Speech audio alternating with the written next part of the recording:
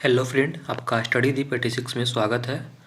अगर आपने अभी तक मेरे चैनल को सब्सक्राइब नहीं किया है तो जल्द से जल्द जाकर सब्सक्राइब कर लें और बेल आइकन को दबाना ना भूलें। तो जैसा कि आप देख रहे हैं दोस्तों यहाँ पे कि बिहार पुलिस का सेट फर्स्ट जो कि 8415 का जो वैकेंसी है उसी को हम टारगेट चल रहे हैं टारगेट करके, क्योंकि अब एग्ज़ाम का टाइम बहुत कम है दोस्तों। इसलिए इसका फर्स्ट पार्ट मैंने लाया है टॉप 50 क्वेश्चन का मैंने फर्स्ट पार्ट लाया है और इसको चलिए हम आगे डिस्कशन करते हैं और बताते हैं क्वेश्चन फर्स्ट के चलते हैं हम। मायोपिया का दूसरा नाम क्या है? मायोपिया का दूसरा नाम क्या है? तो मायोपिया का दूसरा नाम जो दोस्त है वो है समीप दृष्टि। इसको हम निकट दृष्टि भी कह सकते हैं। या फिर समीप दृष्टि भी कह सकते हैं। तो अगर इसका दोष पूछें किस कारण से यह होता है, तो इसका कारण नंबर फर्स्ट अगर हम बताएं आपको तो यह जो है लेंस की गोलार्ध बढ़ जाती है, इस कारण से होती है। और अगर हम बात करें टॉपिक नंबर दूसरा तो लेंस की फोकस दूरी घट जाती है, इस कारण से भी होती है। और अगर हम बात करें तीसरा नंबर तो लेंस की क्षमता बढ़ जाती है। इन कारणों से ही हमें समीप दृष्टि या फिर निकट दृष्टि दोष जो है होता है। चलिए चलते हैं आगे नेक्स्ट क्वेश्चन की ओर हम। तो हमारा नेक्स्ट क्वेश्चन यहाँ पे दोस्त कि यदि तांबे के तार को 2 गुना बढ़ा दिया जाए तो उसका प्रतिरोध जो है क्या होगा? यदि तांबे के तार को 2 गुना बढ़ा दिया जाए, तो यदि तांबे को तार को 2 गुना बढ़ा दिया जाता है तो दोस्त उसका जो प्रतिरोध है वो 4 गुना हो जाएगा। कितना गुना हो जाएगा? तो वो 4 गुना हो जाएगा। अगर हम बात करें प्रतिरोध की मात्रा क्या होता है, प्रतिरोध की मात्रा जो दोस्त वो क्या होता है, तो वो ओम होता है। चलिए आगे चलते हैं नेक्स्ट क्वेश्चन की ओर और बताते हैं फिर आपको। जब कोई दौड़ती हुई कार अचानक रुक जाती है तो यात्री आगे की ओर क्यों झुक जाते हैं? यात्री जो है आगे की ओर क्यों झुक जाते हैं? तो गति का जो जड़त्व होता है ना, उसी के कारण, गति के जड़त्व के कारण जो है वो दौड़ती हुई कार या फिर चलती हुई कार या फिर मतलब कुछ भी दौड़ता हुआ चलता हुआ कोई सा भी वस्तु हो, अगर अचानक रुक जाती है, अगर अचानक ब्रेक मार देता है तो यात्री जो है आगे की ओर झुक जाते हैं। तो किसके कारण होता है? गति के जड़त्व के कारण होता है। और जब भी कोई दौड़ती हुई कार अचानक रुक जाती है, यात्री आगे की ओर गति के जड़त्व के कारण ही झुक जाता है। जड़त्व का गुण है कि कोई बाहरी बल नहीं लगाया जाता है, तो वह जिस अवस्था में है उसी अवस्था में बना रहेगा। अगर कोई बाहरी बल उसमें लग गया तो वह जो है या मतलब वहाँ पे जो है अचानक रुक जाता है। और फिर चलिए हम चलते हैं नेक्स्ट क्वेश्चन की ओर। प्राथमिक विमान नामक एक प्रघाती तरंग पैदा करते हैं। प्राथमिक विमान जो है किस नामक धातु का एक प्रघाती तरंग पैदा करते हैं? तो वो ध्वनि बूम। चलिए चलते नेक्स्ट क्वेश्चन की ओर हम। जिन पदार्थों में अनंत विद्युत प्रतिरोध होता है उन्हें क्या कहते हैं?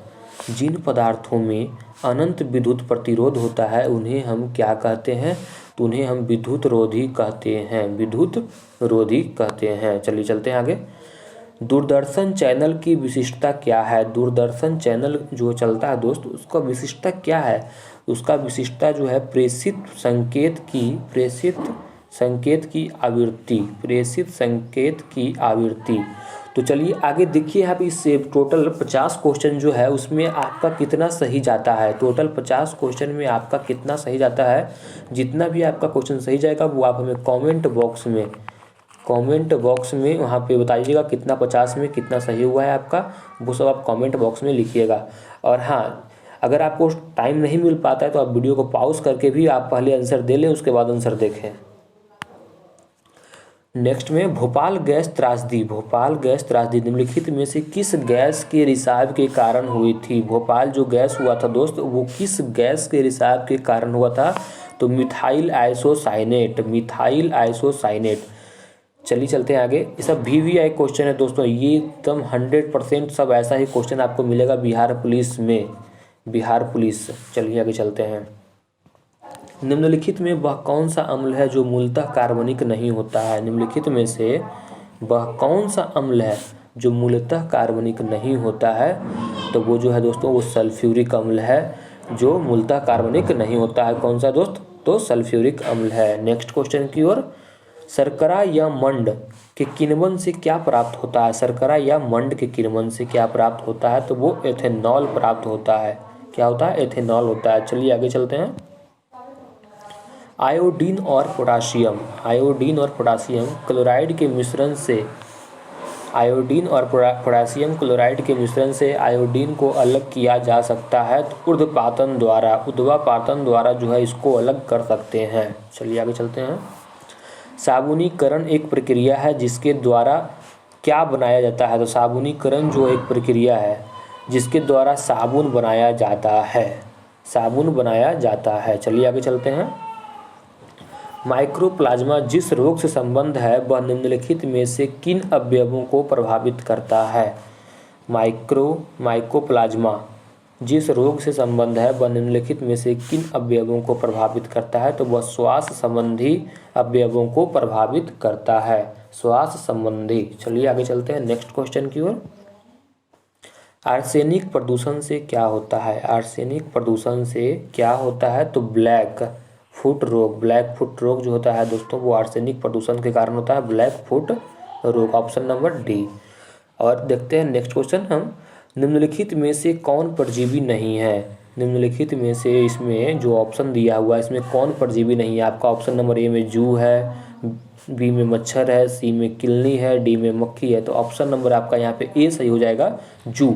यह जो एक परजीवी नहीं है।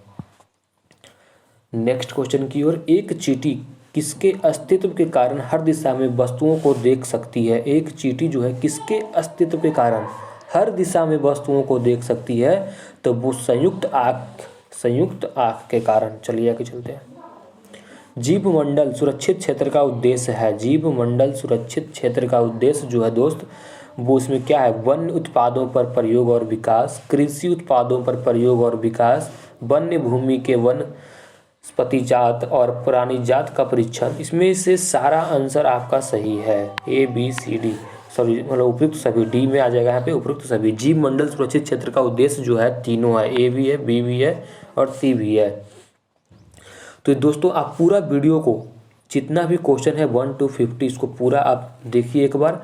ये जो है बहुत सा सेट से हमने इसको छाट के लाया है क्वेश्चन को, एकदम जो इम्पोर्टेंट क्वेश्चन जो है आपका एकदम 100% अगर बात करें तो एकदम क्वेश्चन ऐसा ही सब आता है। हम पूरा सेट से इसको, बहुत सारे सेट से इसको हम छाट के क्वेश्चन आपके लिए यहाँ पे लाए हैं दोस्तों। तो आप एक बार पूरा वीडियो को देखिए और अगर जितना सही जाता है आपका उतना आप कॉमेंट बॉक्स में बताइए। आहार में आयोडीन की कमी से क्या होता है? आहार में जो आयोडीन की कमी अगर होती है तो उससे घेंघा रोग होता है।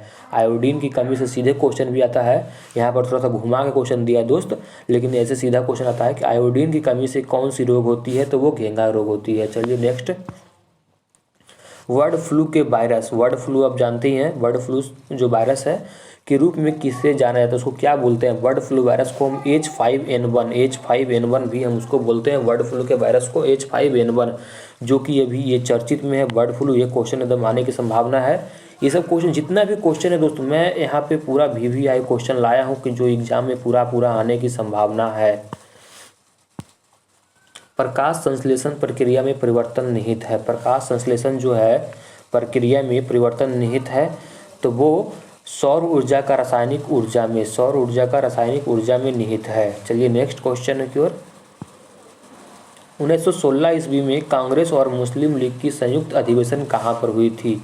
1916 ईस्वी में कांग्रेस और मुस्लिम लीग की संयुक्त जो बैठक हुई थी, अधिवेशन हुई थी, वो कहाँ हुआ था दोस्त? वो लखनऊ में हुआ था।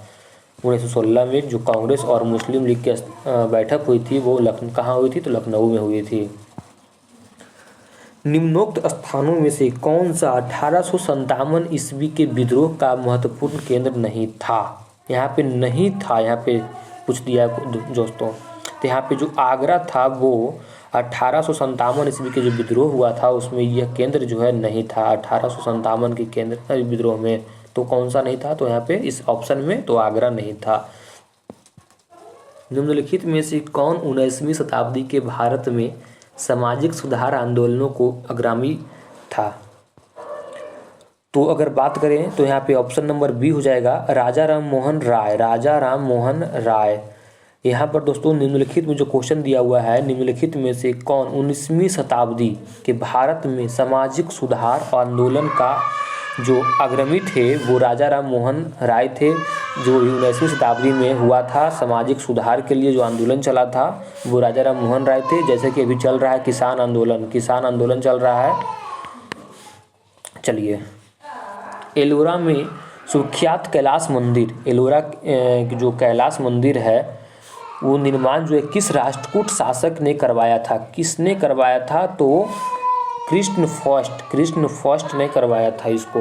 एलोरा की कैलाश मंदिर का निर्माण जो है कृष्ण फर्स्ट ने करवाया था। गुप्त युग का प्रवर्तक कौन था? गुप्त युग का प्रवर्तक कौन था? तो श्रीगुप्त। लोदी वंश का अंतिम शासक कौन था? लोदी वंश का अंतिम शासक जो है दोस्तों इब्राहिम लोदी। लोदी वंश का अंतिम शासक कौन था?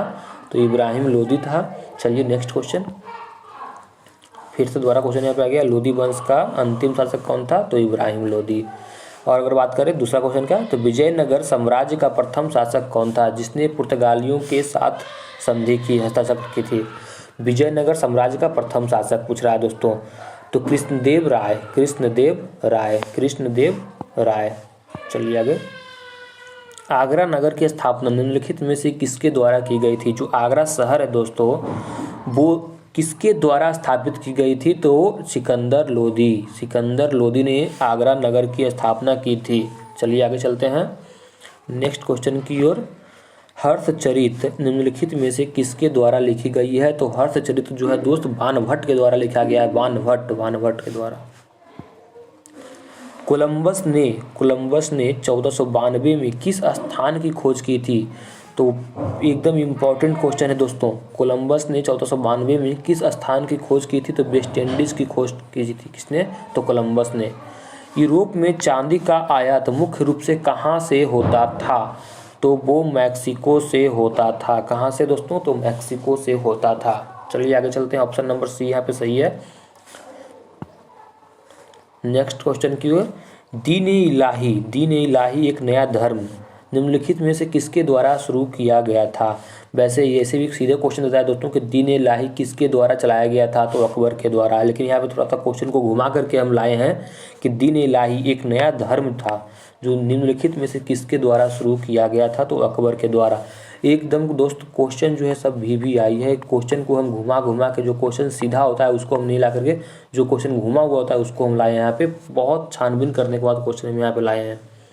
तो लाइक एंड शेयर करना ना भूलें दोस्तों, लाइक भी करें और ज़बरदस्त शेयर इसको करें।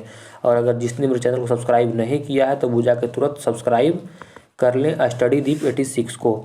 स्टडीदीप 86 नाम याद रखिएगा दोस्तों और तुरंत सब्सक्राइब कर लें। चलिए नेक्स्ट क्वेश्चन की ओर। भारतीय मानक IMT की आमयोत्तर रेखा किस राज्य से नहीं गुजरती है?